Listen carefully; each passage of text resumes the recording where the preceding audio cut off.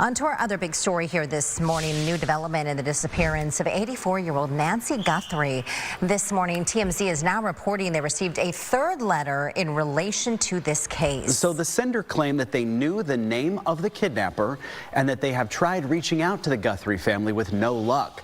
The letter is demanding a single Bitcoin be sent to an active Bitcoin address. A single Bitcoin right now is worth about $66,000, and in exchange for the name of that individual. The note also included a name and email address. So while we continue to dig into that development, we're also following another big part of this story that took place overnight, the detainment and release of a man in Rio Rico. That's in southern Arizona, south of Tucson. That's where we find Irene Snyder this morning, live with details. Irene.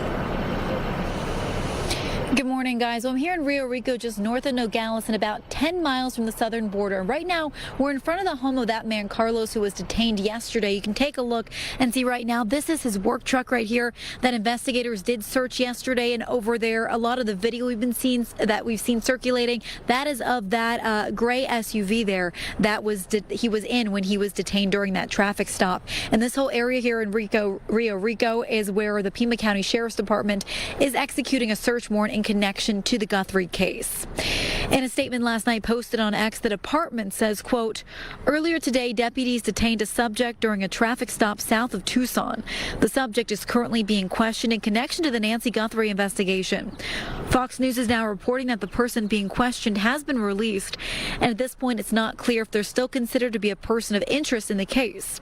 Fox News spoke to the man after he was released, and here's what he had to say. Terrifying. Something I didn't do for something. I was being like, I felt like I was being kidnapped, bro, because they didn't tell me anything at the beginning. So right now, all I know is that they show my in-law a picture of somebody wearing a mask or something, and they supposedly look like my eyes. Right. Okay. That's it. That's all I know. Okay. Jeez. How do you think they connected that case to you? I'll go ask them, bro. Okay. So that's something you gotta ask them. I can't answer that question. Pima County Sheriff's Department also searched a home related to the man that was detained. A woman who lives at that house told reporters she allowed investigators to search her home. Just before 1 this morning, investigators left that house and released a statement saying in part that they had completed the search and the investigation is ongoing. The exact details about what they are looking for and what led them to this scene are not clear. The 84-year-old mother of Today Show host Nancy Guthrie was last seen 11 days ago.